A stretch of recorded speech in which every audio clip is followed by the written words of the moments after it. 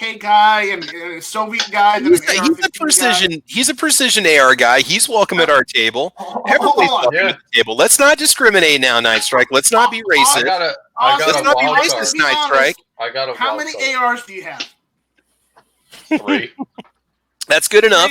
That's 2 more than Night Strike. So, by the way, we're live now, so we're going to go ahead and get started. Hey, guys, what's going on? Welcome to Caliber Corner episode number 136. Some of the pre-show antics going on. Just for the record, Night Strike is not a racist. He's a rifle elitist, and so if you're an AK person, I want you to know you're welcome with the Travi. Let's just get that out right now.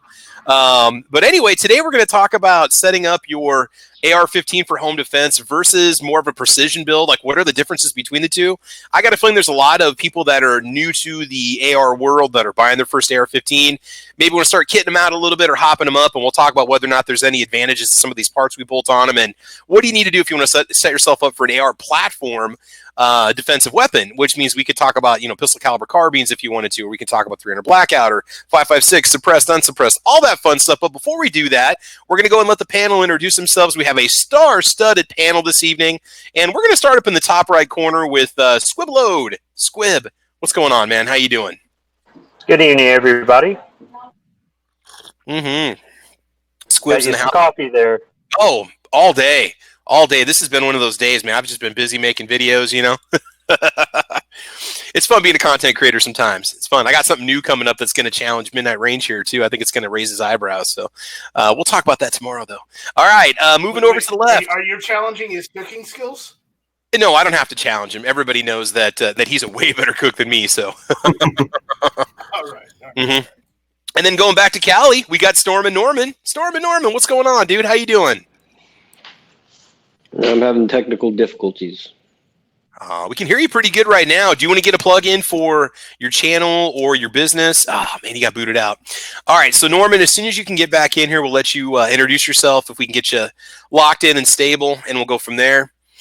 All right, moving off to the left, we got Night Strike. Night Strike, what's going on, brother? How you doing, man? You good? I'm good. I've been busy. Just busy. I understand. So. It's okay, man. It's all right. You got a little show that you do on Tuesday nights. What's that all about? Well, you should know since you're now the I don't steal your thunder, homeboy. I don't steal your thunder. What's it called? What's it all about? It's called Hit or Miss every Tuesday nights at 9:00. Me and Travis tackle all the news that happens, or all the news that we can find that's interesting to talk about. Oh yeah, and we also talk about gun topics and even some politics. Exactly. Exactly. We sometimes we just start talking guns. Sometimes when there's a free evening, we do a double header and do a double episode, right? Right. Yeah. All right. Okay, moving on. We got the Kingpin. Kingpin, what do you know, brother? How's it going? Not too bad. Thanks for having me. Looking forward to another great Caliber Corner episode. I appreciate being invited. Hey, man, I appreciate having you here. You've been with us for a long time now. It's always cool having you come back. So, all right, and he's frozen right now. Avid waterfowler, and he might have to disconnect, reconnect. I'm sure he'll be up here in a sec. Hey, can you hear us there, John? Yeah, I can hear you. Hey, there you go. So what's going on, man? How you doing? Hey, not a whole bunch. Just got done with work and looking forward to the chat. All right. Sounds good. Again, it's going to be another one of those expensive ones, I got a feeling. So, I don't know, man. I still didn't get that AKV, man. There were 4 of them in stock today, 4 different SKU numbers, and I tried to add all of them to my cart, and it said they were out of stock. I didn't even get the chance. Were any of them Woodstock ones, or were they just all... No. Travis, I'm not even being picky right now. I'll take whatever I can get. And nothing's in stock. I've been looking for a week now. I'm ready to give up. Yeah, like I said, I just got lucky and got one. You got to check multiple times a day. Like, you get that email. The thing is, with those AKVs, I don't even know if they're the companies that produce the wood furniture for them. I wonder if they're not even making it, and that's why PSA hasn't advertised one for the last 2 months. The ones that run the wood furniture. Oh, has it been that long? Oh, yeah. I have not. I don't think I've ever had a wood-stocked AKV actually show up as being in stock, like me getting an email notification about it. I've gotten really? Yeah. The side folders have popped up, just like the OD green and the gray one, and usually it's just the SBA 3 brace because that furniture is still readily available. Yeah, the one I wanted today was the was the black one with the ALG trigger. It was 169, and I was going to get that one. Then that one was out. Then they had an FDE triangle folder. That was everything said it was in stock, but I couldn't add any to my cart. So and see, I had the ALG one in my car, but I don't know if I wanted to drop it was like 969 or 1019, I think, for the LG trigger side folder. And I'm like, I just don't know if I want to drop more than 1,000. It's already going to cost me shipping and transfer fee. So it was I think 1019 for that model. Now I did get the cheese grater upper handguard for mine, so I'm going to put that on mine as soon as I get it, which might be this week. Both of them have already shipped from PSA now. My Henry rifle's sitting up in SS Pawn right now. I need to go pick that up, but So anyway, okay. So back to you then. We'll hopefully keep our eyes open and hopefully give you a chance to get one of those AKVs so we can start working on them and get some content out there on them, huh? All right. Sounds good. Also joining us, it's been a while, Midnight Range TM. What's going on, Travis? How you doing? Hey, what's going on, homie? What's up? Not much. What's new on your channel, man? What you been up to? Got a couple of videos up there. I did a scope mounting video that turned out pretty good. Cool. And live stream last night. Did a smooth 4 hours. Had a good show. So check that out. Yeah. What brand of Depends do you wear? How do you go I can't even go 45 minutes without having to run off to the bathroom, man. Well, normally it's not a big deal, but I did take a bathroom break last night. I was like, hold down the fort. I made 8 moderator, and I took off for a couple minutes.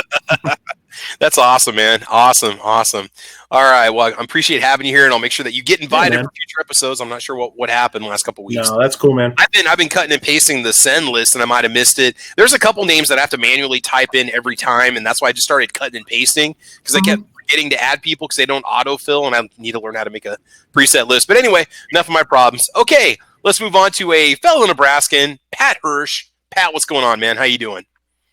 Doing pretty good. Just running the planner right now, and hopefully I don't drop in and out like crazy tonight. Just wanted to say thanks for having me on tonight, and Cool. Should be a good discussion tonight. All right, Pat, do you have an AR-15 or not?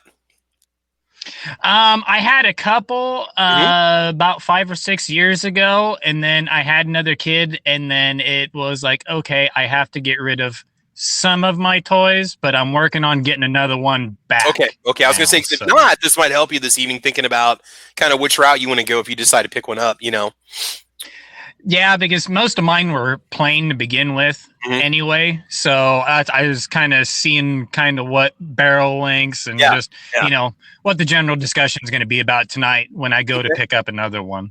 Sounds good. Okay. And last but not least on the panel, we got AWAG. AWAG's been with us since like episode 2. AWAG, what do you know, man? What's going on? I know enough to get me in trouble. Thanks for the invite. There you go. I like that. And don't forget that tonight's episode is sponsored by SS Pawn in Lexington, Nebraska. Take the exit at Lexington, Nebraska off Interstate 80. SS Pawn is off to the right. If you want, you can tag with me. I got to go 3 times there this week to go pick some fun stuff up. SS Pawn will take care of your firearms needs. Whew, man. All right. Let's see who's joining in this evening. We got a little gun-loving grandpa. Midnight Range is out there. Midnight Range says, Stan, I have forearms needs. Well, you can go lift some stuff in his store if you want. That'll beef up those forearms. Kingpin's out there. Bass Boy's out there. Two Gun Kitty. Travis T in the house. Let's see. Mystic Guns is joining in. SS Pawn's out there. Gonna listen while driving home, he says. Blue Steel 44. E-Coda. Rolling Trip. Kingpin. Kingpin. Are you typing in code now? Is this like the Matrix, Kingpin? What are you doing? What's going on there? When two live Moo shows up, you got to give them a proper greeting. Oh, it's Moo. I didn't see the O. I thought you were giving everybody your O face. Oh, I didn't know. So, okay, I got you. Moo. That's what Kingpin says. So, all right, I got you. Anytime two live Moo shows up, he says pew, and then you guys say Moo. What's that all about? I don't know. Let's see. Southpaw RX is out there. M. Gabriel's out there. Yoder, Texas is in the house. Were you locked on Night Strike at Travis P11? Probably, Yoder. I don't know. Hopefully it switched itself around. If we still are. Oh, it says we're still locked on. Hey, Night Strike, I need you to drop out so that your feed isn't forcing itself through the podcast tonight. Can you do that, Night Strike? And, all right. And when he comes back, that should free it up, Yoder. Thanks. I appreciate that. That happened one other time, too. Since Night Strike created everything, he's got like this god power over the video signal, and it just locks everybody out if it needs to. So it should be fixed now. Hopefully we're okay now. Hopefully it'll come back here in a little bit, guys. Watch now. It's probably locked on Squid. Oh, I don't know. It shouldn't be. I think we're good. Am I still the moderator or not? There we go. Now we're back. Fluffy 10mm Jeep guy in the house. And there's a lot of people watching this evening. You know what? I think we just need to get right into it. So the topic for tonight, it does actually come from Sandhill Shooter. He posted this one over on my 25,000 subscriber giveaway video, which is where I'm pulling all the topics for future shows from now on, because there's a lot of suggestions that you guys put up there. Kind of the difference in like the mindset that goes into a home defense or property defense AR build. Now, when we say property defense, you could be the kind of person that has 1,000-yard acreage. And I mean, for you, like an 18-inch barrel or 20-inch barrel might be the way to go because you've got to go over long distances, or you might just have a small home or a small apartment. So whatever you decide to go with, there's a lot of things that you need to take into consideration. And us on the panel, we're going to share our experiences with some of those builds and what we do, if we do anything special at all. And then the other idea is a precision AR. If you're going to build yourself an AR-15 for any kind of long-range shooting or competition, AWAGR, if you're going to be with us for a while, I definitely want to maybe go to precision first, because sometimes you got to bug out before we get done. And you do a lot of long-range shooting with 223 Remington. Want to know what works for you. Okay, so all right. I got a little bit of a wild card for. Yeah, let's just go right into precision shooting with an AR-15. If you're going to build yourself or buy an AR-15 that's set up for precision shooting, long-range shooting, let's talk, I don't know, 500, 600, 700 yards or beyond, right?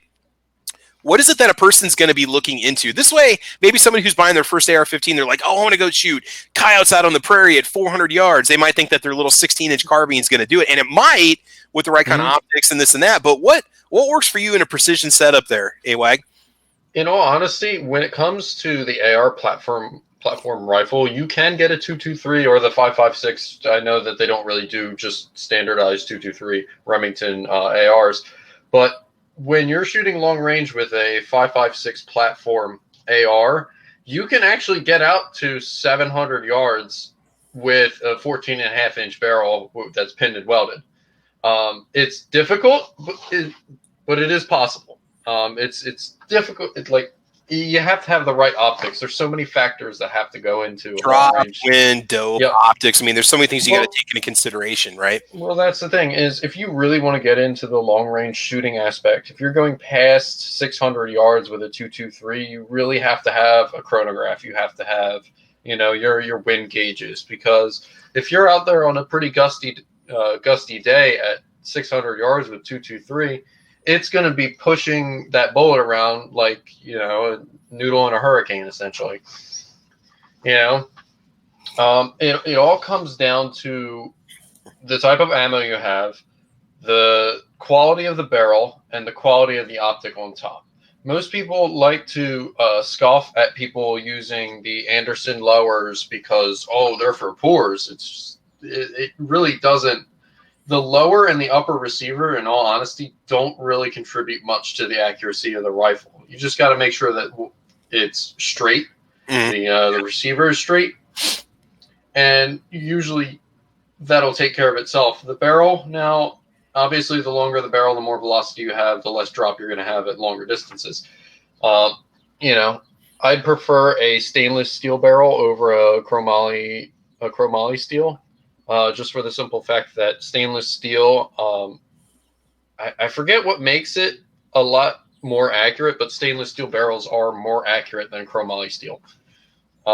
Maybe less flex when they're more rigid, so there's less flex, there's less distortion in the way the bullet's traveling down through the I believe so. Or not?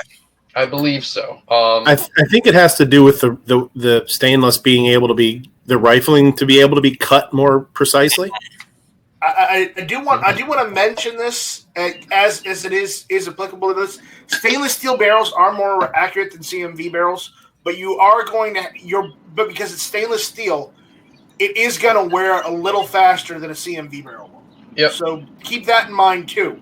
And I don't mean like it's got half the life. I mean it's just going to wear out a little bit faster than a normal CMV barrel would. Okay. Yeah, and also, when it comes to ARs are so great for long-range precision as well, because when you use those barrel burner rounds, like your 6.5 Creedmoor, your 6 Creedmoor, your 223 Valkyrie, 6mm Grendel, those really like high pressure bottleneck cartridges that are like really neck down to something crazy, ARs are so great because you could just, pop the handguards off, wrench on the barrel nut, and then you could just replace the barrel with little to no issues.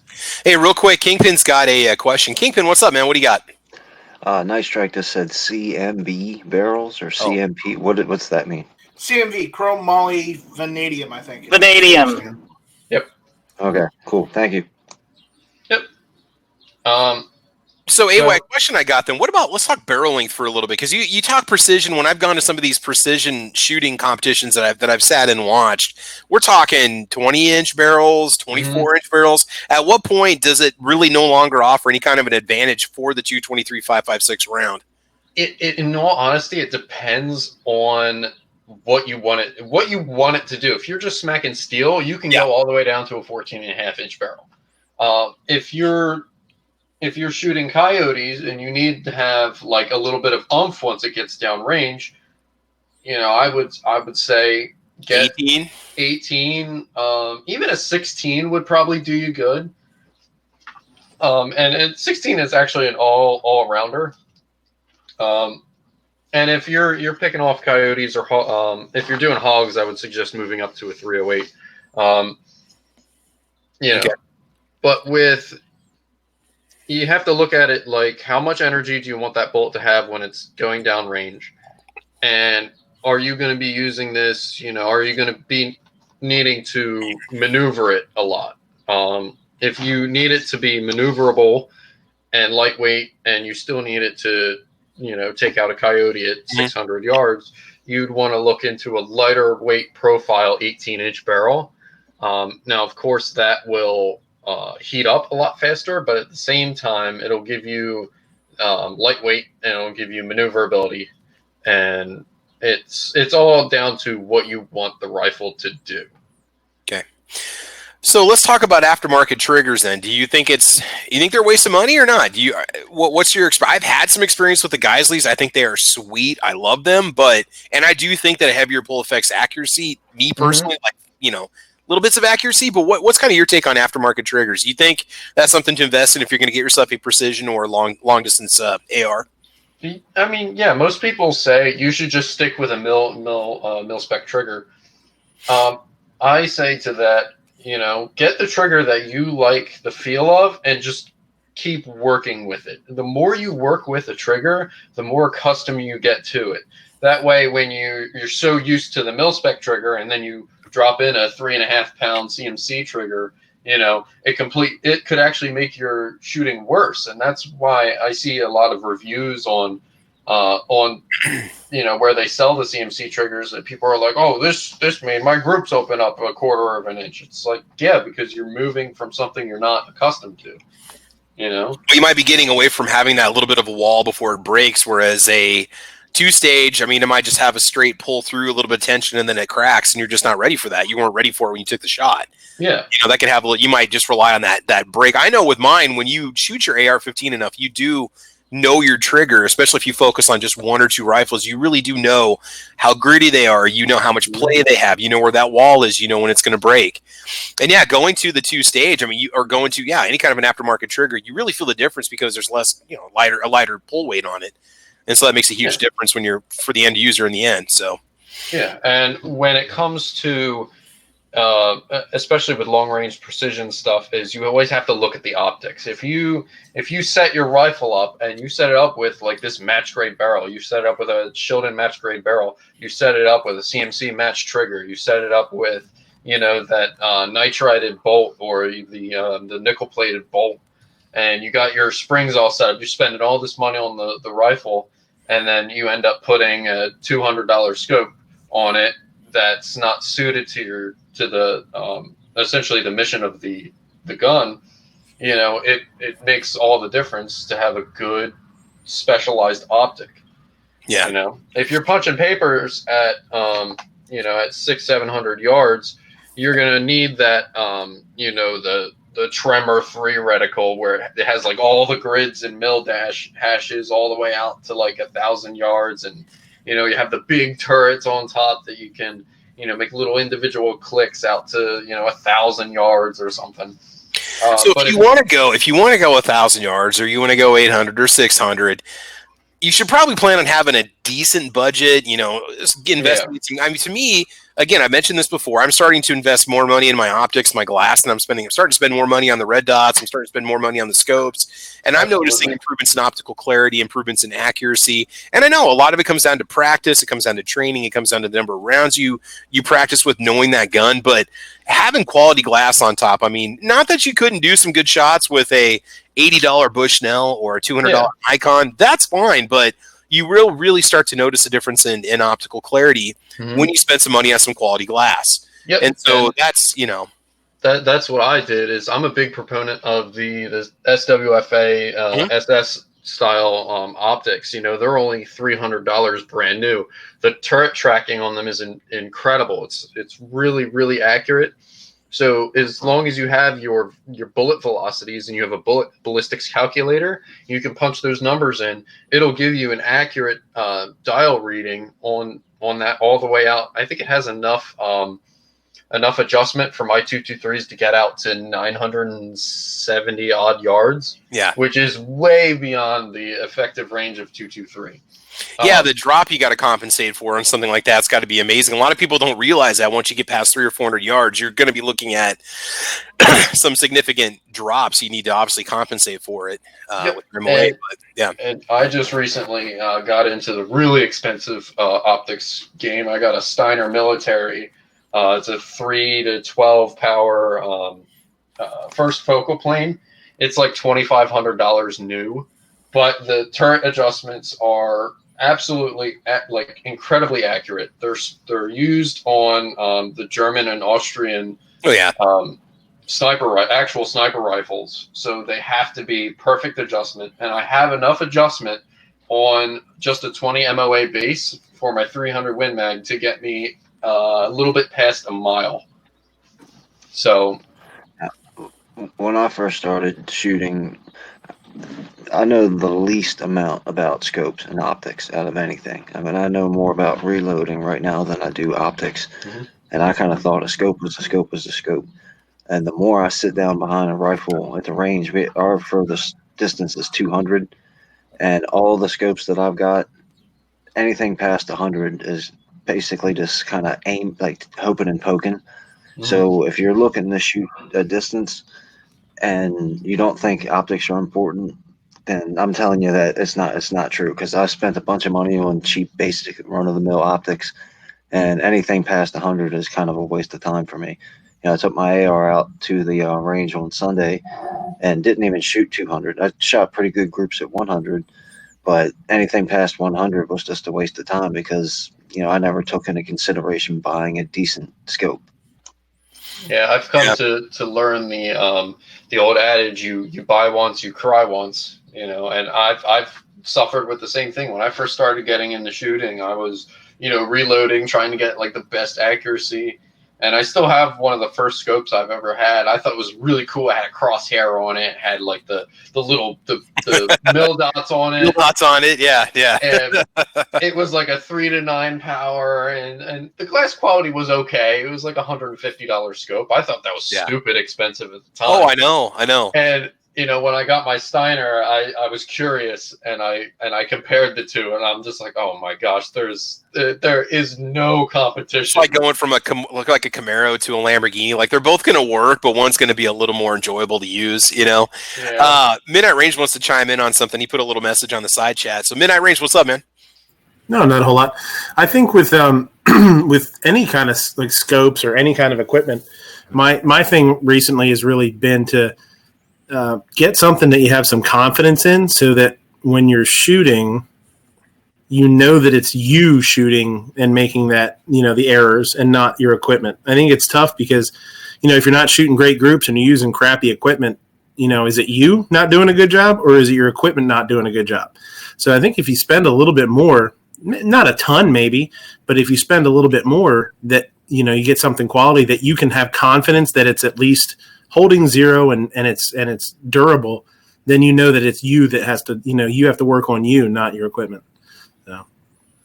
And what were you talking about with that rebate? Do you want to share that with everybody? You were talking about, what's going on? What do we have? Well, I was trying to get, I've been trying to get Coach Tactical to buy it because he wants a stealth, and I've been hammering him to spend the money. But Savage is right now on the Savage Stealths, there's doing $100 back. So if you're looking for a really nice, precision rifle, the Savage Stealths are on sale right now, $100 rebate. And I was looking, I found one the other day for like $789. So you get that thing for like, $689 or something. Yeah, that's tough to beat. Yeah, that's tough. You don't even have to go for the stealth model. The Savage that I use is the 110 Tactical in 300 Winchester Magnum. And that only ran me, like $400 after the rebate. I have the FPC SR, which is what used to be. Now my rifle would be called the 110 Tactical. It's basically this changed it. They updated a little bit. So I have the same rifle in 308, and it's awesome. Yep. But if you're looking for something with a pistol grip. And here's the thing, maybe if you're thinking about getting into precision shooting, possibly consider just getting a nice bolt action instead. I mean, maybe the AR platform is not the way you want to go. I mean, it just depends on what you want to do with it. Where was it? One thing that I have to precision. Oh yeah, which kind of has that hybrid feel to it. Yeah. The precision rifles are great. Like an AR, sort of.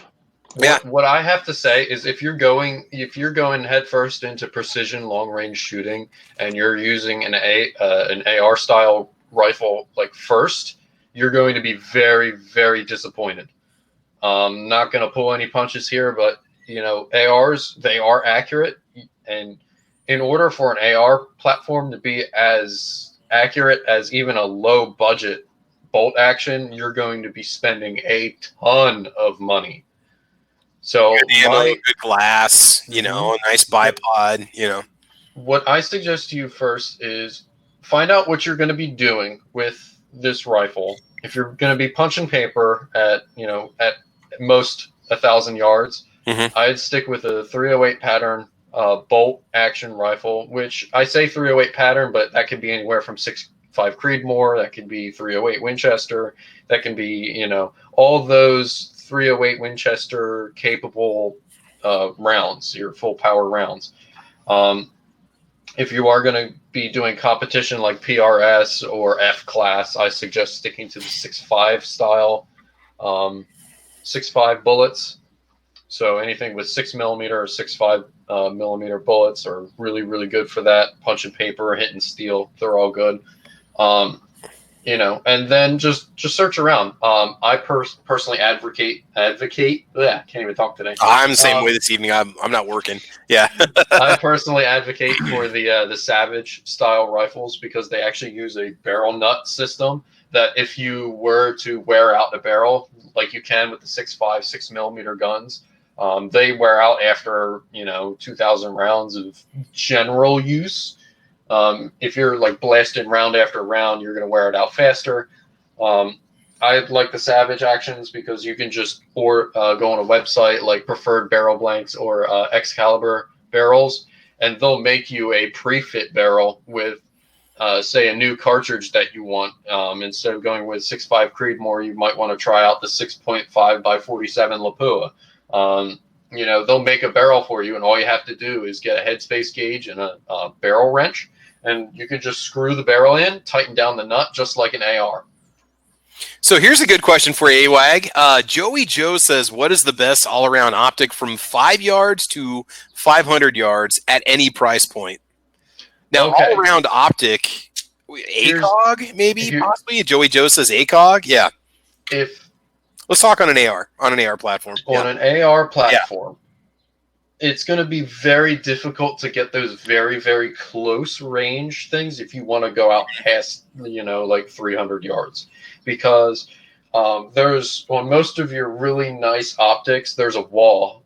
Like my Steiner Military, the parallax or the focused adjustment stops at 50 yards. So anything closer than that is very, very blurry.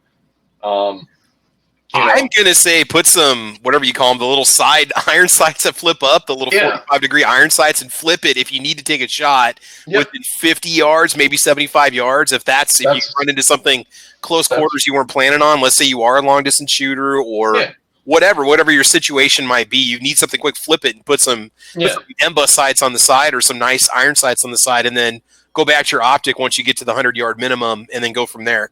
Yep. And I have this is my own rules for scopes, is for every 100 yards I will be shooting, I want at least 1 power. So if I'm going to be shooting 1,000 yards, I want to have at least a 10 power. Okay.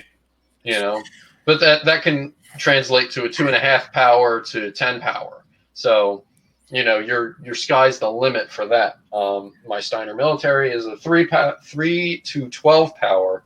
So it can be anywhere from that 3 power, which I can actually use a lot closer than 300 yards. But, it's going to be stretching it a little more once I try to go out past a mile, which is its maximum range. That 1 power per every 100 gives you a decent field of view, and it gives you a decent power. Now, granted, I'm only 24 years old, so I don't know what your eyes are or what your, if you have like astigmatism or something like that. So I can't exactly say for you. Hands down, best optic for the money is probably the fixed 6-power SWFA scope. They have them on their website for $299.99, and I think they have free shipping too. Okay. So you get amazing tracking.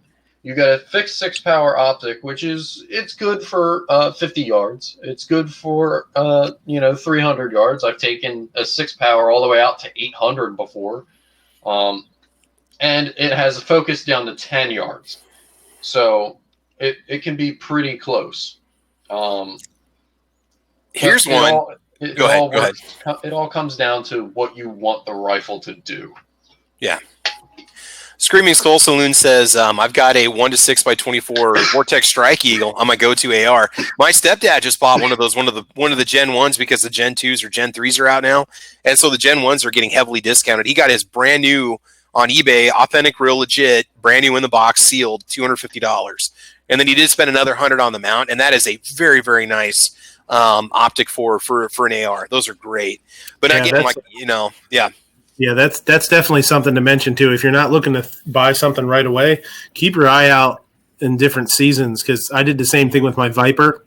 Yeah, I put a Vortex Viper on my 308, and man, I got it for like $100 off of what it was a couple weeks before. So did you go through Sportsman's Warehouse? Because remember, I bought a Vortex Diamondback HD or HE or whatever they call it, and I ended up getting it for like $150 below what everybody else was selling. They were clearancing them out, So when models start to go, really get out there and shop a lot. Go to like Gun.Deals and type in whatever optic you want, and they'll usually give you a list of who's got them for sale. And you will be amazed at what some of these places like Optics Planet or whoever, cheaper than dirt, I'm just kidding, happens to mark them down for. And then I woke you guys up, didn't I? And go that route, because it didn't take much searching on Google to find it. I was like, oh my God, this thing's $249. That's a $400 scope. And sure enough, it was just a deal they had going on for a month. And if you look around, you can get a real good deal on them. Yeah. Yep. In all honesty, and this is what I've learned, is if you want to get a really nice optic, say you want to buy a Steiner military, it's a $2,500 optic. You're thinking, oh my gosh, I can't pay almost $3,000 for a scope. Look on the forums. People have them for sale. And what's cool about the Steiners is that they have an unconditional lifetime warranty regardless of owner. Okay. So if I have this scope and I take it to the range and I feel, or if I think that, this tracking is not correct, or if the reticle looks a little crooked, just, send it to Steiner, and they'll either, they'll look at it and they'll replace it, or they'll fix it, or they'll tell you, hey, there's nothing wrong here. Yeah. Vortex too. Vortex. Yeah, also. Vortex. I think some of the primary arms, higher end, or just their mid-price on up, they've got the lifetime guarantee now also. Their lower end, so I've got some of their entry-level classic scopes. I think they're just a 1-year warranty. Yeah, that's really good if you want to get a nice optic or a nice piece of glass. Is just browse the forums, look for somebody who's trying to offload them because they're not they're not into the sport anymore. Here's some really good advice from Artisan Tony, and this is something, obviously we want to be ethical hunters. You really need to be 300 yards or less to hunt with 223. Outside that, you need to step up to 308. So if you're looking at going long range hunting, then you need to look into your 30 caliber rounds, your 308s, your 30-06, or your 338s, whatever. I mean, you can get yourself a nice AR-10, and that's going to obviously take you, with a little more punch, a little bit further than your 223 is going to do, especially if you're looking at doing any kind of hunting, say elk hunting or deer hunting out at a distance. Where out here in Nebraska, you can see those 300, 400 yard shots. I mean, that's not uncommon out here. Pat can attest to that too. So, so when it comes to precision, consider the aftermarket trigger. Maybe try to start with the aftermarket trigger so you get used to it, especially if you're spending a lot of money on match grade ammunition, or you're putting a lot of time and money into doing your own hand loading. Obviously your barrel selection is going to be a big one too. Yeah, the Ruger Precision rifles, I love those. Those are great. And then what, Savage, we said Savage has their own version that's very similar. Yep, the Savage Stealth. The Stealth is what you're talking about. I haven't looked at that yet. I fired 2 different Ruger Precision rifles, and they're great. I did use that Burris Eliminator scope. I got that set up for a buddy of mine, and that thing was just awesome. You guys never seen it before? Check out my videos on it. Oh, that reminds me. When talking about optics, if you want to if you want to shoot out to 600 yards, if you want to shoot out, past that 300 yard threshold, in all honesty, stay away from optics that have the bullet drop compensator reticles in them, because they give you a false sense of security. And what I mean by that is they're set up for a specific bullet at a specific velocity, at a specific altitude, at a specific, parameters of your weather, or, So if you change any one of those variables, it will change your point of impact. Where, I've seen this countless times. A buddy of mine just got an ACOG on his SCAR. He's using the 155 grain. It's a 308 Winchester. Mm-hmm. So he's trying to take it out to 300 yards, and he's putting a big old piece of paper up there to see how much it drops. And the reticle that he's using is made for the 168 grain. Oh, okay.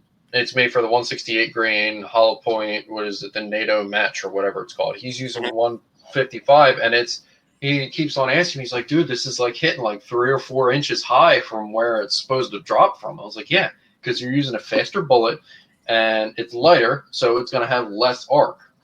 Yeah. The one thing that kind of drove me nuts about the Eliminator, and they've since changed it on the Burris website. So let me explain the Eliminator scope real quick if you guys haven't heard about it. It's a great scope. Basically, you punch in your coefficient of drag. You punch in your altitude. I think you punch in your muzzle velocity. They give you all the information for the round for your ammo on the Burris website. You punch this into the scope, and then you push a button. It's got a laser rangefinder built into it. You push a button, and it tells you where your bullet's going to go, and you can compensate for wind.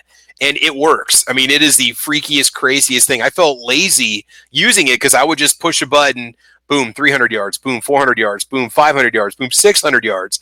I'm like, oh my God, this is nuts. Like, I felt like it was in a video game. You push the button, but like you said, AWAG, if I would vary my altitude, that is going to cause a major difference. That was one problem I had, is when they give you those figures, it's for sea level. And I was at 2,100 feet, and that would have a 4 to 5 inch difference, which means I was going to be missing the plate past 500 yards. So I had to figure up the formula, and I feel like a mad scientist for a while there to calculate all the numbers and all the facts and figures that I needed to get that gun to shoot. But it was cool, but they are high maintenance. If I switch ammo at all, then I'm going to have to totally recalibrate the scope. And it compensates for like up to 10 miles of wind, but that's, but they're very cool, but they're also like $2,800, Hey, Avid wants to chime in real quick. Avid, what's up, man? Hey guys, I hear a lot of the Vortex talk, but most of their scopes aren't made here, and they're Chinese or Philippine. If you get a good one, they're Japan.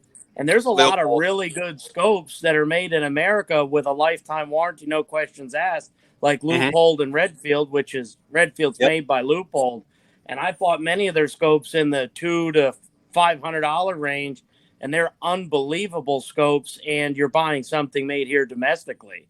Oh yeah, and that's kind of the little policy I'm having with myself personally. When we get into the home defense discussion here with red dots, I'm just going to finally bite the bullet, so to speak, and buy Aimpoint or EOTech, or I'm gonna try to just go American made. I know Aimpoints are Swedish made, but I think one of the reason Vortex has hit the market so hard is they give a lot of product away on YouTube because they probably can afford to. When you're making a scope in the Philippines or China, the manufacturing cost is much lower.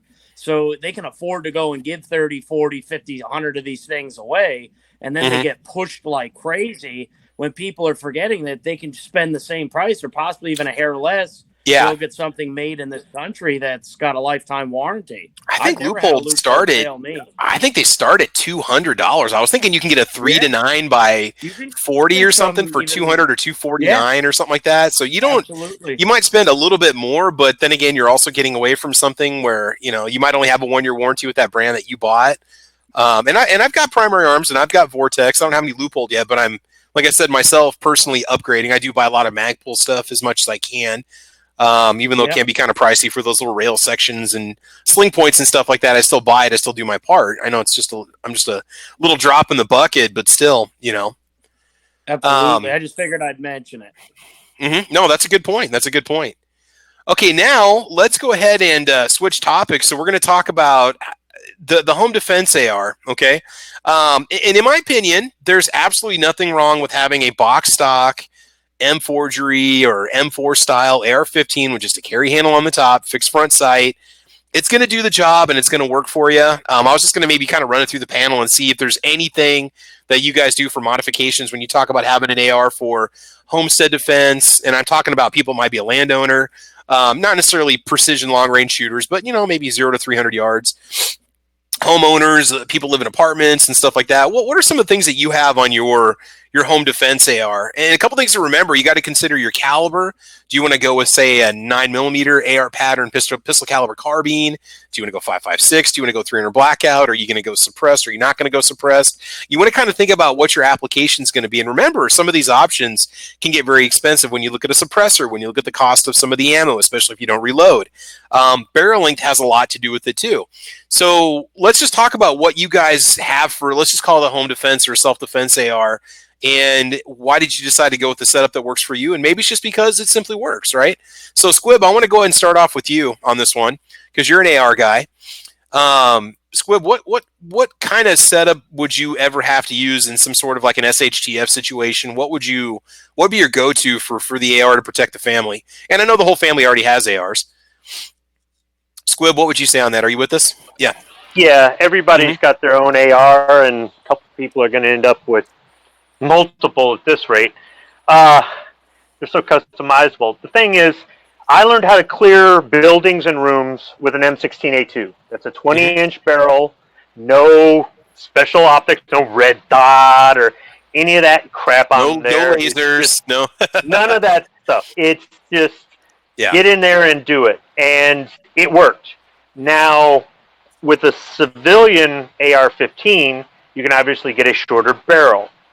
You can change out the optics. You can use frangible ammunition. You can put a light on it. There are all kinds of different things you can do to what suits your needs to kind of customize it for that. I haven't really set up any of our ARs for home defense. That doesn't mean we wouldn't employ them if we had to, but for where I live, it's just not necessarily my go-to. If one of my kids or my wife said, I want one of these and I only want to keep it by the bed and be able to use it in the house if I absolutely have to, I would probably be going with, barrel length really isn't, as far as velocity or whatever, even though some people say over 16 inches it doesn't gain anything, whatever. So a short barrel is probably where I'm going to go with that. Lightweight. As far as optics, I'm not a red dot guy. I've shot with some, and it feels like cheating. But I suppose if the optic can bring in a lot of light, as long as the muzzle flash wasn't something that would, you'd end up getting blinded from your own muzzle flash because of the optic, then I might say, all right, it's time for me to learn red dots. Really, I'm thinking more for where I'm at. I mean, the house is around 1,200 square foot. It's a tri-level. I'm thinking more the ammunition, really. Okay. When all this COVID stuff happened, I actually went from 1 loaded gun ready to go in the house to 4. And I did start switching out everything to frangible ammunition. Well, I mean, the handgun had frangible, but I went to frangible with the rifles, and that's something I keep. I stock it, but I don't normally have. I'm down at the range, right? I'm target ammunition or hunting ammunition. And in the past, I would think hollow point, but I decided to go ahead and load up some of the frangible ammunition that I had. Now, I did a test with some frangible ammunition on drywall, and it went right through. Right through. It'll go through multiple layers, yeah. What I didn't do, and the person I did the test with said, we need to do this again sometime, and what we need to do is put something behind it at a certain distance and see how far the bullet goes or how far the fragments go. Will they penetrate another layer of drywall, say, a foot or 3 feet or whatever further down, or will they penetrate a water jug or something like that? But just doing that test, I said, wow, I guess me relying on frangible ammunition alone I'm not saying that a rifle is not a good home defense tool, because I think a rifle is probably one of the best to learn on. I know some people learned on handguns and some people learn on shotguns, but I think a rifle, if you learn on a rifle, I think you can transition a lot easier than the other way. That's just my opinion. But I would try to get some frangible ammunition for it, and if you want an optic or a light, that's your thing. I mean, really, I would say practice with it, train with it, and practice. If you don't know how to use it, get some training, or and training could be a buddy who knows how to use this and go into practice with them, right? Train with them. Practice with it. Make sure that you know where people are sleeping in a house, things like that. Know where you're going to, look at your avenues of escape. Look at it almost like getting out fire, right? In a fire, you might not be able to go open the door and get down the hall, so you got to go out the window. Okay, so if your back's to this, your back's to that. So I kind of look at it from a tactics and training standpoint more than what are the characteristics of my AR-15, but that's just me. In my house, I'd be more likely to use a handgun. Actually, I probably should have set up a shotgun for home defense, but right now, I guess it's just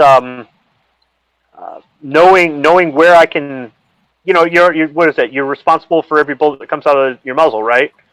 So I guess just knowing when to use it, how to use it, where to use it. What is your experience with red dots, or anybody out there, red dots and muzzle flash? As far as in the dark. If they're not magnified, I've never noticed a difference. What I've noticed the difference on is the barrel length, the 10.5 inch or shorter, the 7 or 8.5 inch versus 16. I really notice a difference, especially like in a 762 by 39 or 300 blackout. It's like a little. It doesn't bother me so much now, but when I first started shooting it, you could feel that. And when you watch the video footage of me, it lights my face up like a flash off a camera. I could imagine that in a low light situation. I mean, obviously you want to know your target, but I don't know if necessarily if the red dot would really magnify the light. It would be if you had a magnifier on it. If it was a magnified optic, you'd have to worry about that. But just a basic 1x power red dot. I'm thinking of like a shake and wake where you grab it and the red dot turns on automatically because it detects movement.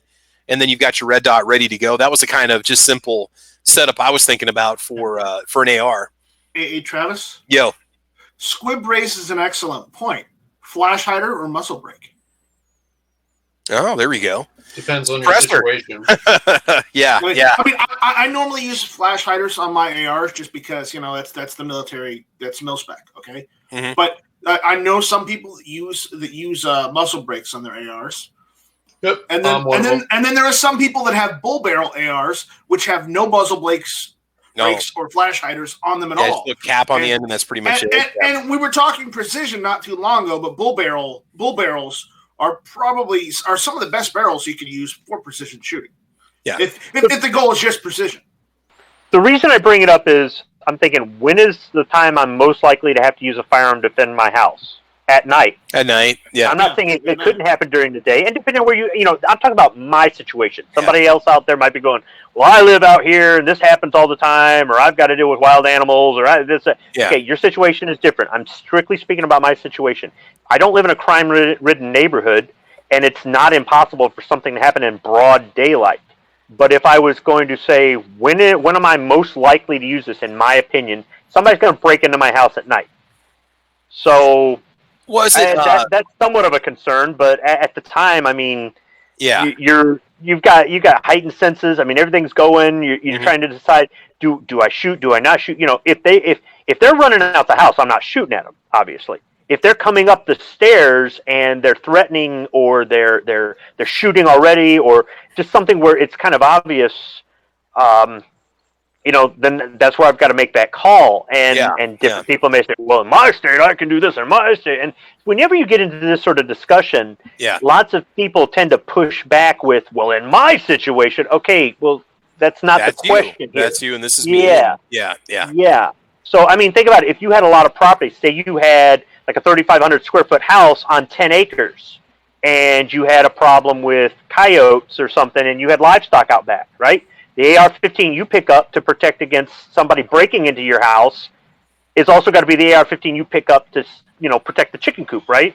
Yeah. It's a whole different situation. So I guess what Night Strike was saying, what sort of muzzle device you use to minimize the flash might be my biggest concern beyond the penetration of the ammunition. Hornady, it's expensive, but Hornady makes Critical Defense 5.56, and I know that Critical Defense was designed with a lower flash powder when they made it, so that you don't get night blinded if you had to take a shot, or in low light situations you're not flashed out. I'm kind of curious if they use that similar powder, or they use that sort of idea in the 5.56 Critical Defense round, which I think they're about $1 a round. They're expensive, $30 a mag. But they've got the like a polymer tip in them, and they're they got the nickel cases so they don't corrode. This is just Critical Defense 115 grain, but you got the little plug in the end. So that's something to think about. But that's a good point. So now the question is, should we even bother with a defend your home weapon? Should we rather look into a pistol caliber carbine, or should we look into an AR-9? Right, and that might be the way to think about going. Should you just go with the 9mm with some nice hollow point ammunition, 30 round magazine? And my pistol caliber carbines are not complete. I still haven't finished them, so I couldn't employ them. But now that you bring that up, I was looking at them for hunting, really. But they may double for home defense a lot better than the rifle. Yeah. Now, I mean, don't get us wrong. We're not engineers here. I've seen hollow points that have gone through multiple layers of drywall. They don't just automatically fragment and splinter when they hit that first level of drywall. I mean, I've seen quite a few videos where the guys have shot through drywall, a 2x4 drywall, and still penetrated and went into the dummy on the other side of the wall, shooting 9mm ball ammo and hollow point ammunition. So don't just think it's going to stop in the drywall and the kid's room is next door and you got to take that shot. So keep that in mind, but the pistol caliber carbine might be the way to go, just because you do have a round that's not quite, as potent as, say, 5.56. Minute range, go ahead. I think one of the things, and this is what happened in my situation, was I think if you've never, I don't think you can really have an opinion until you actually clear your house. I think if you really want to decide what you want to do, then you should clear your house as if you think somebody is in there. And that's what happened to me. Is I cleared my house with a shotgun once and I hated it. I thought it was unwieldy. I was thinking, like, even though it was an 18.5 inch with a pistol grip. Yeah, was it like a security style with the shorter barrel, but the extended mag, Yeah, okay. even though it wasn't real long, and I could hold it with one hand. When you're going to open doors and stuff, you're going to either have to point that thing down or point that thing up to get to the door and go through the door. And what if somebody's standing right behind that door? So for me, that's why I like the idea of a pistol, because you can tuck a pistol into yourself. You can bring it back into your chest, still have it pointing straight ahead while you're opening doors and doing stuff like that. I'm not saying that people can't be proficient with a shotgun or an AR or a pistol AR or something like that, but until you've actually done it, I don't think you should really even have an opinion. So I suggest that you clear your house once with something long before you decide that that's the best thing to do. Or if you've got a friend, and you know what? borrow their gear and see if you can just say, can I borrow your 8.5, your 10.5 inch AR just to see what it's like, going through the house. So I feel like this is the way I want to go, or can I borrow your high point 9mm carbine, right? Go ahead, Squib. Well, no, I think he brings up an excellent point because, when I was thinking about home defense, I said, what's my most reliable handgun? Yeah. And because I wanted something small to keep by the bed. I didn't want something large to keep by the bed. Mm-hmm. And how quick can I get to it? It's locked up, but I can get to it in a matter of seconds. Mm-hmm. And then I decided to use ammunition that I thought would work best. I fired some to make sure it cycled in there pretty good, make sure the mags were good, keep a spare mag, blah blah blah. And I've cleared the house a couple of times with that handgun. I've never tried to clear my house with anything else I own, even though I've had to do it. I mean, I cleared a building with a handgun once after I got out of the military. That was interesting. But, yeah, I mean, he brings up all kinds of excellent points, and I'm really glad that you said that, Midnight. Now, if you're going to go with a pistol caliber, do you recommend just going with a PCC one built for that, or the AR, say AR9, like an AR platform in the pistol caliber? Like, what do you guys think would be better? For my first one, I'm going with an AKV just because I'm familiar with the AK platform, and I think it's a very good gun for the money, but they're also expensive. But like, say the Ruger Charger or PCC Charger. Go ahead, Squib. I mean, interrupt you there, man. Go ahead. No, it's what do you shoot best? That's what you want to clear your house with. It's the middle of the night. You're thinking about your family. Your defense plan is running through your head. You don't know if you're going to have to use this. You don't know what's going on. It could be anything. I've had the wind blow stuff over and jump up in the middle of the night and go clear the house and couldn't find a thing and didn't see anything outside. And then the next morning find something in the room in the backyard. Go, oh, that's what it was. Yeah, you know what I mean? I'm talking more of the reliability factor because you built your AR9, but the high point came built as a 9mm. If you're not confident in the firearm, if you assemble an AR-15 in any form and you're not confident in it, I wouldn't even take it to the range then. I'm just thinking that when you're under duress, the thing that's why I decided to pick my best handgun, not the one that hits the hardest. I picked the most reliable one with the best sights. I could get a better handgun. I could. But at the time, that's not what I had, and I've kept that as my bedside gun. If I get a handgun that is more comfortable to shoot, or has a more powerful cartridge, or has better sights, that one's going to become the bedside handgun. As long as I'm comfortable, I wouldn't, keep it. I don't think it. Well, I might if I wasn't comfortable shooting it. So I mean, that would have to phase in there too. But putting together an AR-15, even a pistol caliber carbine, I mean, there's really nothing to. I say it all the time. If you can do brakes in the driveway, you can do this. So it's if you are saying I'm not comfortable using this gun to protect my home, I'd rather get a store-bought one. That's your choice. But why are you putting together guns then? Kingpin, if I was going to give you some advice, I would say look into like the Ruger PC Charger, check out the CMMG Banshees, and I'm not saying any of these are going to be cheap, like the SIG, the MPX or the Rattler. The AKV that I'm buying, I mean, they seem to have all the bugs worked out of those now, and I would trust those. I think I would rather go with, I guess, maybe a purpose-built pistol caliber carbine or compact firearm, as I like to call them, versus going with, say, an AR-9. And nothing against the AR-9 platform. I love the AR platform, but it's kind of like what Squib is saying. If you take it to the range and it has some jamming, you put together an AR-9 and it can't run, say, 100 rounds without a hiccup, or it can't run different types of ammo, or it doesn't cycle, you probably don't want to rely on that firearm for your defensive firearm. And then, maybe fall back on your pistol at that point. I'm getting the AKV because I'd like to look into getting a suppressor because I can use it on other firearms that I have. I'm actually thinking about spending the money and getting a suppressor, so I would have a good firearm for the home that's not going to make me go deaf if I have to use it. I mean, I'm in a bigger city now. There's more population density, higher possibility of having a home invasion or getting robbed or whatever. I mean, I want to have something that I know is going to be good to go, that's going to work, that's, runs some sonic ammo through it reliably. So that's pretty much why I bought the AKV, because I don't have a pistol caliber carbine or compact firearm like that. Like, I can't say that I do. I've got my 7.62x39 AR and the 300 Blackout ARs, but I honestly think those would be a little more than I'd want to use in this place. I'd want to use something suppressor on the end, or maybe, because I got to worry about other units now. I got to worry about the neighbors next door and the apartment next door. So I would say go with my personal opinion is go with a purpose-built pistol caliber carbine or compact firearm instead of an AR. That's just me, but just straight up, just in the home defense. That's my thought. Or go to your handgun. Yeah, see, I would agree with that. I personally wouldn't buy an AR-9. I don't think the AR platform is meant to shoot 9mm. I think it's a rifle round, and that's what it should have in it. Whether I'm right or whether I'm wrong, that's just the way I feel about it. Sure. So I've got the High Point 40, and I love it the way it is.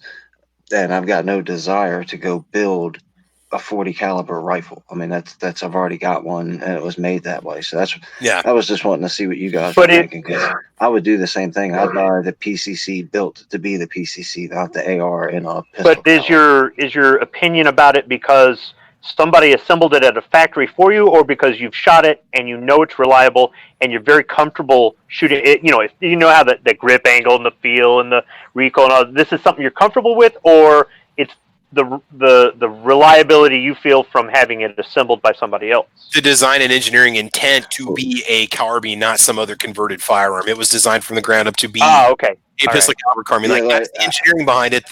You'd have less issues with it. I wish my thought process was that deep, but it's really actually kind of shallow. And I just think an AR-9 is stupid. You know, I would never ever do that. Have you shot one?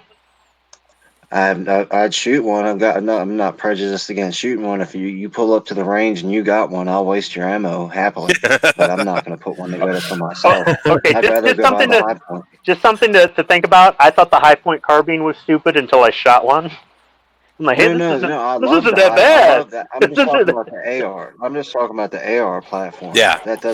AR platform and 9mm shouldn't be in the same sentence. I love the PCCs, the 9mm High Point, the 40mm. I love those guns. I just think it's dumb for the AR platform to be in a pistol caliber. And that, like I said, that's so you don't want to.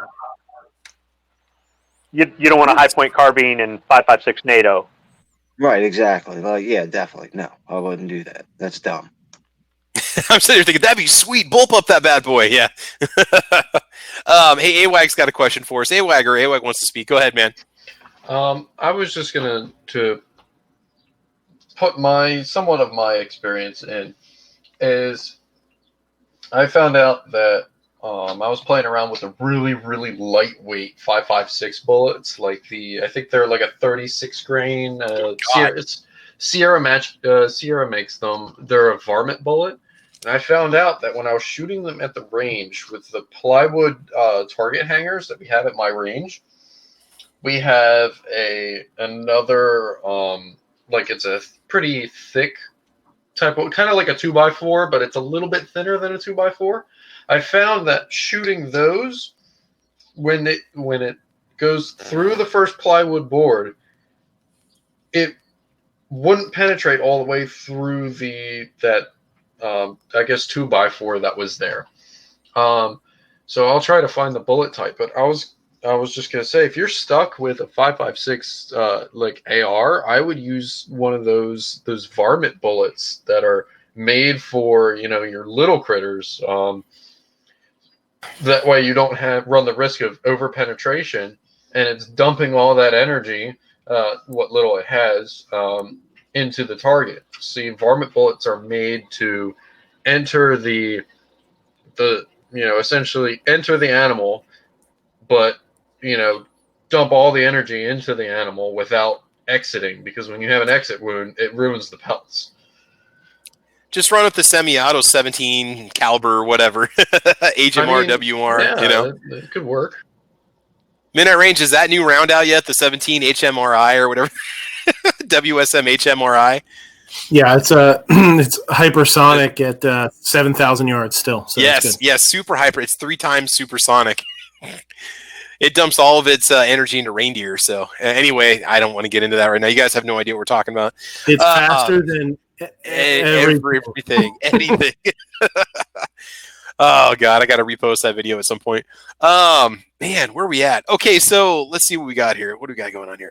There was a lot of good information in the chat here that people were saying over on the YouTube side. They were talking about there are different grades of ammunition you can buy for home defense that are out there now, the low flash ammunition that you're going to be worrying about. You've got a lot of different options out there. So definitely investigate your ammo. And my thought, definitely for home defense, just straight up in the home would be to go with, a pistol caliber carbine or some sort of firearm that's designed from the ground up to fire, 9mm or 40 or 10mm. And again, I got nothing against any other platform that runs those things, but I'm just thinking that that's the intent. You're probably going to have less issues, and it's going to run. All right, so we're going to move over to the last topic for the evening, and this is kind of something for those beginner shooters. A good friend of mine from high school just bought his first firearm. He bought himself a handgun, and we were talking about ammunition, and I was saying, hey, make sure you get some home defense rounds, and he goes, well, what's wrong with these? What can I just use these? Ball ammo. What's wrong with the bullets that I bought? And so, for the beginner that's out there, can somebody just explain just the differences between your ball ammo, your range ammo, and your personal defense round? Because a lot of people might just say, well, I just want the cheapest ammo I can get so the gun goes bang. But you really should consider something like this for home defense or for personal defense. Why? What do you guys think? What are some of the problems you can run into if you want to use ball ammo for self-defense or home defense? You guys want to chime in on this one? I know the answer. I'm going to let you guys talk.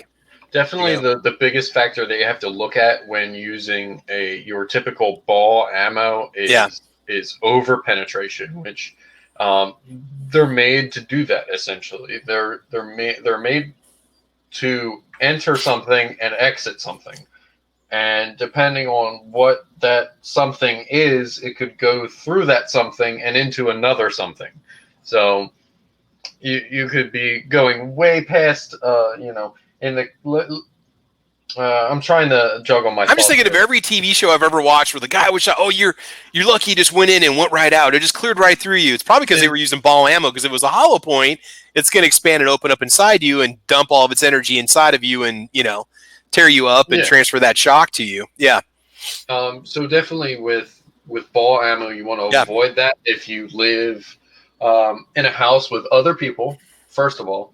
Second of all, you got to make sure that you don't have neighbors close by, because even a 9mm full metal jacket will go through a couple layers of drywall before it stops. And a good reference for how lethal something is if it can go through a piece of, I think it's like 1/4-inch plywood. If it can go through a piece of 1/4-inch plywood, it can kill somebody. Yeah. So that's why, and the funny part about this is it true? Is it really true that hollow point ammunition is not allowed in combat at all? Is this really some part of some sort of treaty or accord, or is this something that the nations of the world follow? The Geneva Convention. Is it really in there? It's not the Geneva Convention. The Hague Convention states that you can't use, exploding ammunition. You can't use hollow point ammunition or soft point ammunition in war. You can only use full metal jacket ammunition. The one minor takeaway is it was instituted in the 1890s. Okay, guess who didn't sign the Hague Convention? Guess which country didn't sign it? The United States of America. Because we were too busy making this to make the world a safer place, right? Yeah. We didn't sign the Hague Convention, but when we have waged war, we've kind of skirted it halfway. Because we use shotguns, and shotguns are also banned by the Hague Convention. But we bring those to war anyways because we're Americans. There you go. But the thing is, we followed the full metal jacket part. Yep, and reading from... You're going to use hollow point ammunition in a handgun for defensive purposes most of the time anyhow. This isn't your main battle rifle bullet. That's going to be a full metal jacket. Yeah, I know they have the open tip match. That's keyword in there, match. So it's just not. I don't know. It's a handgun bullet. I know you can get them for rifles, but it's a handgun bullet. And let me quickly tell you the difference between a match hollow point and a defensive hollow point. Match hollow points are not designed to expand on impact. They're designed to shift the center of balance of the bullet so it stays stable in flight for longer. That's why you see a lot of people doing long range matches with like you said, the open tip match. Right. defensive hollow points are designed to expand when they hit something and dump all of their energy in a short distance. The reason I brought that up was because somebody out there's going to go, but, and I'm glad you pointed that out. Although there are rifle bullets that you can get that are hollow point. I mean, for the longest time there, I remember all that Russian ammunition that was coming over, the 7.62 by 39 was all hollow point, and that was surplus. I don't know if that was their standard per se, but it is available, but it's just something I think of as a pistol round. I guess like Kingpin thinks of a purpose-built carbine, not a rifle, rechambered in a pistol round. Yeah, so do you consider getting yourself some sort of self-defense, or I guess you could say home defense ammunition, run hollow point ammunition in your handguns, especially if you're looking at defending the home? What would be some solid recommendations that you guys could give to somebody? What's something that seems to run well in the firearms that you have? And we're told, too, that we should be cycling out our home defense rounds, which this gets expensive, but cycling out your home defense rounds every year, every couple of years, and to be careful how many times you unload and reload the same round. Okay, you don't want to start to squish it together, but what do you guys usually keep around for home defense round? What is there something that seems to be tried and true, or something that works well for you guys? What do you do? Critical defense, critical duty, Rangers, Winchester Rangers, and then I run some frangibles that they make up here in the Metro Detroit area from a company called Phoenix Ammunition. Okay, can we quickly just talk about what's the difference between frangible versus hollow point? Because I've never fired frangible ammunition before. I've seen it. I've never bought it. What do we need to know about it? Frangible shatters into different pieces when it hits something hard. So it's meant to, how your hollow point dumps all its energy as it expands and makes itself a larger profile and creates that wider wound cavity, because it's supposed to make, if it exits, it's supposed to make a bigger exit wound than an entry wound. The frangible is supposed to break apart. It may still fly through the object or person or animal or whatever, but it's supposed to break apart, and that's going to help dissipate the energy. So until it hits that solid object, you've still got, some ballistics going there. It's going to move, but it's so that you don't maybe over penetrate. However, just like the hollow point, it can go through the multiple layers of material X. It just depends on what it is, how close, what barrel length. I mean, there's lots of factors. I was just going to do a quick screen share just for people to know. Because, again, if you got a first-time gun owner that's at the store and they don't know, what they should be buying and what they shouldn't be buying, here's some frangible ammunition images. Basically, it just seems like it seems to dissolve. Is that what we're seeing here?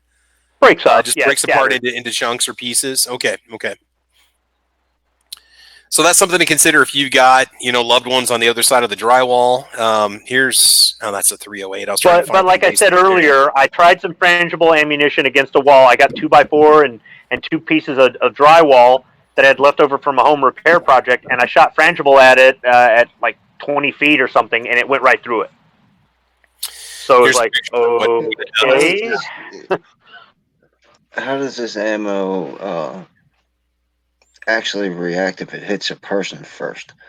I use the Hornady Critical Defense just because a friend of mine sells me a bunch of it, and I use it more along the lines for the hollow point in my handguns for home defense for if I miss, just because I think the way I think about it, not that I have any evidence of it or anything, but as the hollow point starts to crack open, it'll slow itself down as it's going through the drywall and the insulation and the electricity and all that kind of stuff.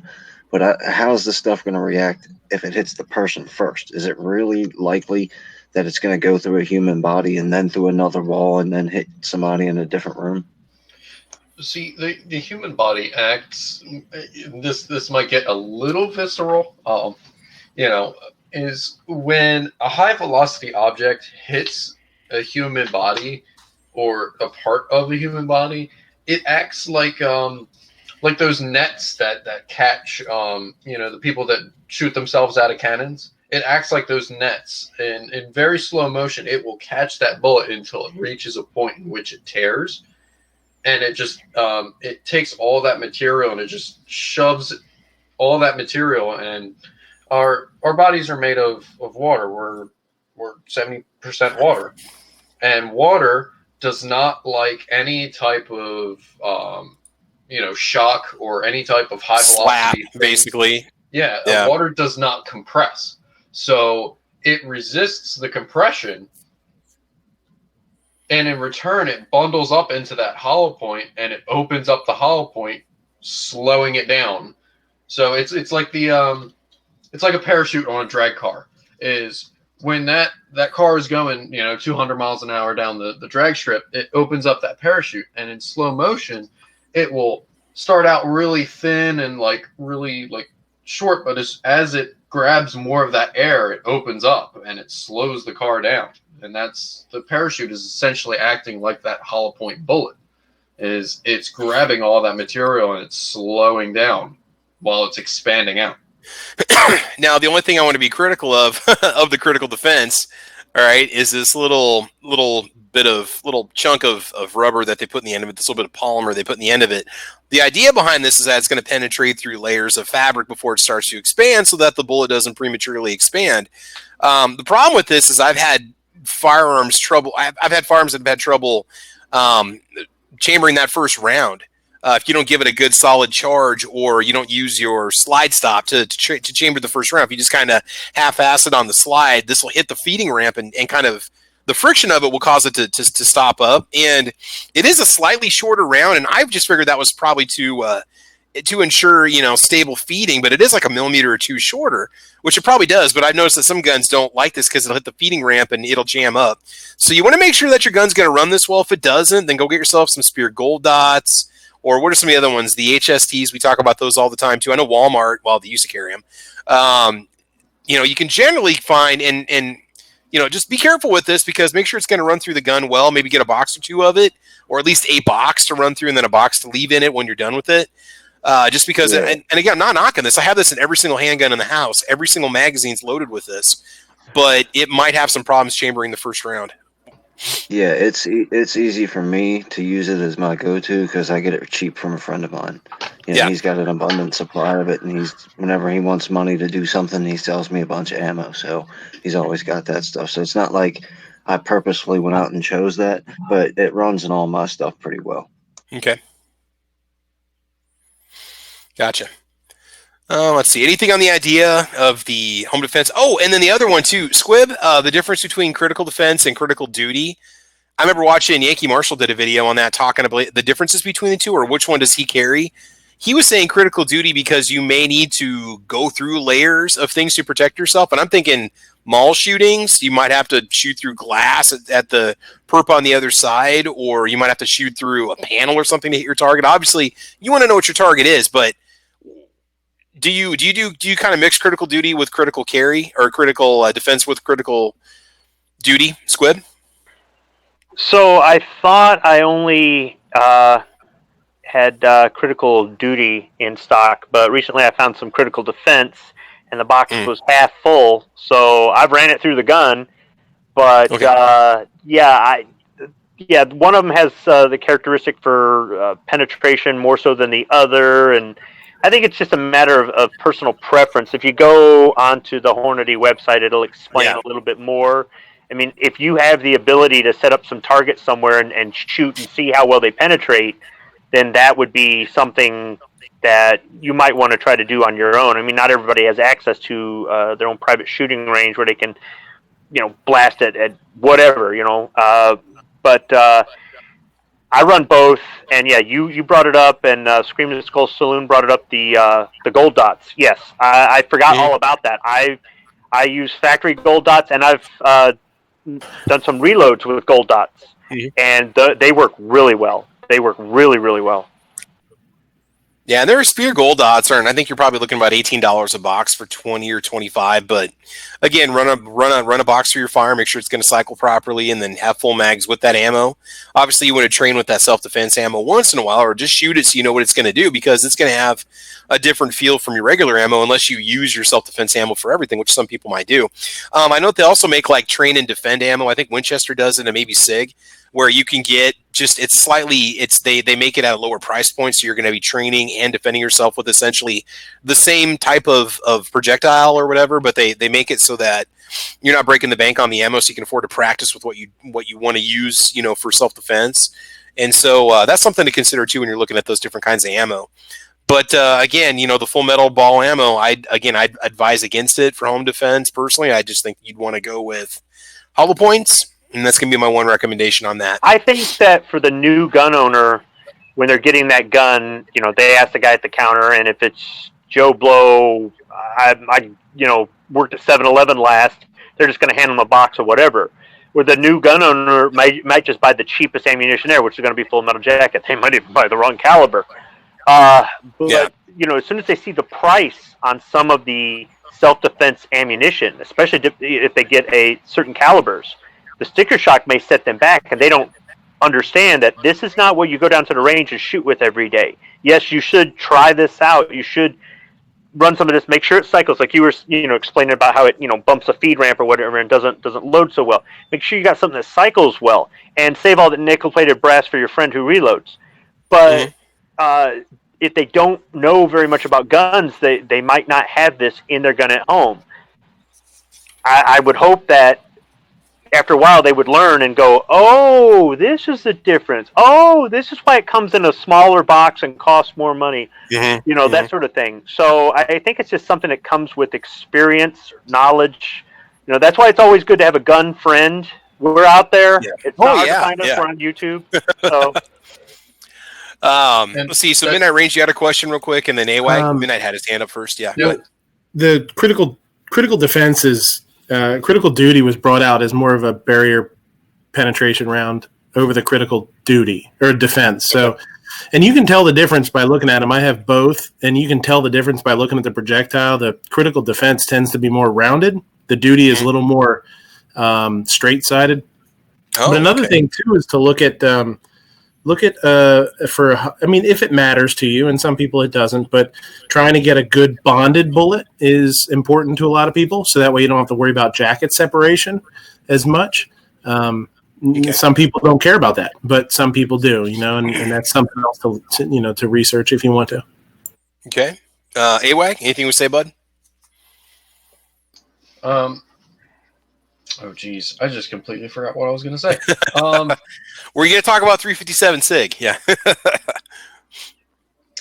Oh, and that's the thing, too. Most of these common calibers that you're going to get, or, most of these ammos, what we're not just trying to focus on 9mm. You can get a critical defense in just about every just standard caliber. I don't even know how to explain this. Just commercial caliber ammunition. Most of it's available in some sort of a self-defense form. Yeah. Yep. Two things. When talking about defensive bullets, what people don't understand is these are defensive bullets. These are supposed to be the optimal bullet in order to get an attacker off of you. How much is your life worth? That's what I ask when people scoff at the $50 box of 357 SIG hollow points. It's just oh my gosh, why would you pay that much for ammunition? It's just it's hollow point ammo. It's supposed to be used in a defensive situation to save your life or somebody else's life. And, we say that shot placement is critical, but what if you don't have time to get that that headshot that you're planning on doing, or that center mass shot? What if it's got to be a shoulder or a side or a leg? Because that's all you're able to get. Don't you want something that's going to dissipate the maximum amount of energy and be as lethal as possible to stop that attacker? Because you don't know what they're going to do once you hit them or what they're going to be on. All right. Yeah. So that's why you want to consider going with the most potent round that you can go with. That way, it might not require a magazine. It might only require one or two, right, to defend your life, Yeah. So that's something to consider also. That guy that was scoffing at the box of expensive self-defense ammunition on the shelf wasn't scoffing at it because of the price or the small amount in the box. They were scoffing at it because it's 357 SIG. That was me. And that church shooting. That's all I'm going to say. 357 SIG will done that with a 22 long rifle. 357 SIG will do the job. Yeah. Squib says that because he's a proponent for 9mm. Shoot him in the face. It'll kill you. Yeah, you hit that, like Sarge says, go for the off switch. That's pretty much it. It's pretty much it. And speaking of off switches, I think we're going to have to call it an episode, guys. I want to make sure you all head on over to the Guns and Geeks podcast starting at 8 o'clock over on the Never Enough Ammo channel. So let's go ahead and let the panel go ahead and just give us their little outros here. Hopefully we didn't miss anything. Like, lively discussion tonight. Like I said, which route do you want to go? Do you want to go AR for home defense? Do you want to go pistol caliber carbine? What do you want to do? What are the differences between the setup of that and, say, a precision AR? Or somebody who's shooting long distance. So good stuff tonight. Fun stuff to talk about. So real quick, Squib, we're going to go ahead and start off with you. Why don't you go ahead and close us out? Thanks for the invite. Good show. Everybody on the panel had really good stuff to add to the show. And we'll see you guys around the interwebs. Awesome. All right, Kingpin, anything we'll say before we go, bud? Yeah, thanks for having me. Check out all the links to everybody's channel. And then I'm going to put a link to a guy named Nick. His channel is called Gunsplaining.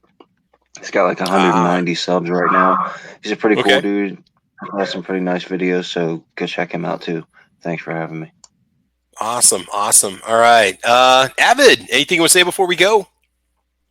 Not a whole bunch. Thanks for the invite.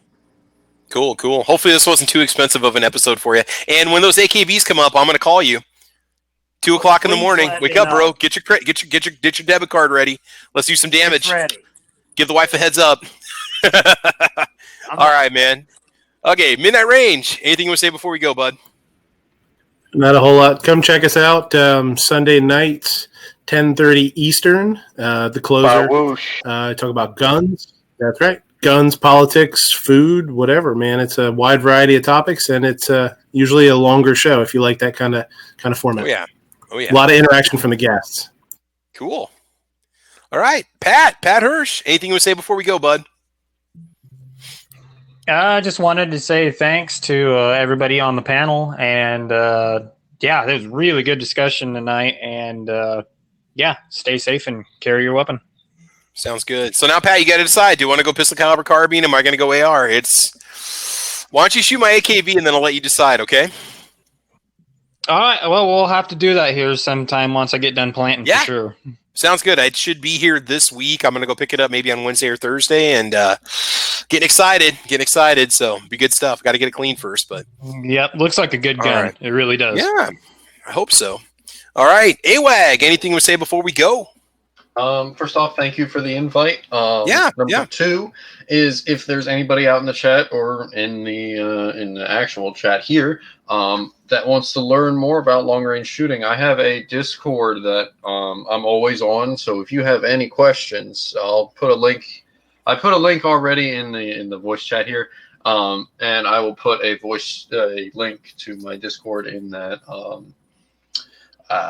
in the YouTube chat as well. So if you guys have any questions about long range shooting, I have a specific section for optics, firearms, even a little sort of like blog that I have that basically goes through what I'm doing right now with my rifles. So if you're interested in that, feel free to join. Are you comfortable giving out your email address or not? To certain people, yes. I have no. Okay, I was gonna say just look up AWAG over on Discord.com, and then is it just AWAG 1000 to find you over there? Just do a search for you over there. Yep, it's AWAG 1000, and then my Discord number is 2038. Okay, there you go. So if you want to chat with the man, there you go. And he's a young person. He's like under 30, so they have like constant connections with all this PM stuff or personal messaging stuff and messaging stuff. So, all right. They're coming after you. They're coming for your rifles, man. Told you not to take off that flash suppressor. Why don't you listen to me? All right. Night Strike. Anything to say before we go, bud? Yep. If guys, if you want the sequel to Caliber Corner, and more Night Strike and Travis P11, check us out tomorrow night at 9 Eastern, 8 Central, and you figure it out for Pacific because I'm not figuring that out. When did Hit or Miss Tuesday nights at 9 o'clock become Caliber Corner Part 2? When do I get that kind of an honor? Well, shouldn't this be the prequel to Hit or Miss? Caliber Corner, isn't it the prequel? Since you are more reliable than Smeggy these days, that's wow. So this is the episode 1, 2, and 3 to your 4, 5, and 6 is what you're telling me. Right. Or is it the other way around? Oh, okay. We're changing things around. All right. I might get an angry email, but you know what? You're the one who shows up all the time. I try to as much as I can, man. Awesome. So Travis is now the official, unofficial co-host of Hit or Miss. I'm the smartest man alive. Those of you that are Billy Madison fans know what I'm talking about. So yes. But also remember to check out nightstrike.com. That's NIGHTSTRYKE.com and guntube.org. And we're done. Awesome. All right, guys. So this has been episode number 136 of Caliber Corner, where we talked about the home defense ARs, the long distance ARs, and the differences between the FMJ ammo and the hollow point ammunition. And joining us late, where's your pass, young man? We've got Klein Knives joining in. Hey, we're just on the way out, bro. We're down to 7:30. We got to get ready for Guns and Geeks, man. Stick a fork in her. This is the first half of my evening. Guns and Geeks is the second half of the evening, and you know. So what's going on, Klein? What do you know? I was planning to be here, and all right. I just remembered about this shit because I had to go to the dentist earlier, and I took a bunch of medicine, and I was like talking. Who needs healthy teeth? Nobody needs healthy teeth. You need guns and ammo. That's what you need. You need guns and ammo. Who needs good demo practices, right? I looked at my emails. I'm like, oh shit, there was a fucking. That's all right. We'll get you next week. Do you want to get a little plug in for what you do? Because you're an artist, man. You're an artisan. So what's your deal? What's your gig, man? I make things out of metal, and mostly it's knives, but occasionally I'll do art or all sorts of other stuff too. I sell them on Instagram, wherever. You can find me at Klein Knives on Instagram, YouTube, and everywhere else. Sounds good. Let's see. Oh, man, Midnight Range. I was just seeing the comment on the internal. Okay, so there you go, guys. Thanks for watching this evening, episode number 136. We'll hopefully be back next Monday. I'm going to be pushing out a lot of videos over the next couple weeks, so make sure you guys get over and subscribe to me over on Patreon. I put the videos up first. We'll probably do a drawing this week for the month of May. April. I have no idea. Whatever the end of this month is, we're going to do the drawing for this month. We got a lot of stuff that we give away that's great. Make sure you check me out over on Patreon, and I always put my videos up early over there. And, man, you guys are getting ornery in the panel tonight. What are you guys talking about? All right, there we go. Okay, so thanks for watching, guys. I want you to have fun. I want you to be safe. And as you know, as always, we will talk to you soon. Take care, guys. Be safe and have a good one. Bye-bye. Bye, Alicia. Adios, Felicia. Adios, Felicia. Goodbye. Guten Tag.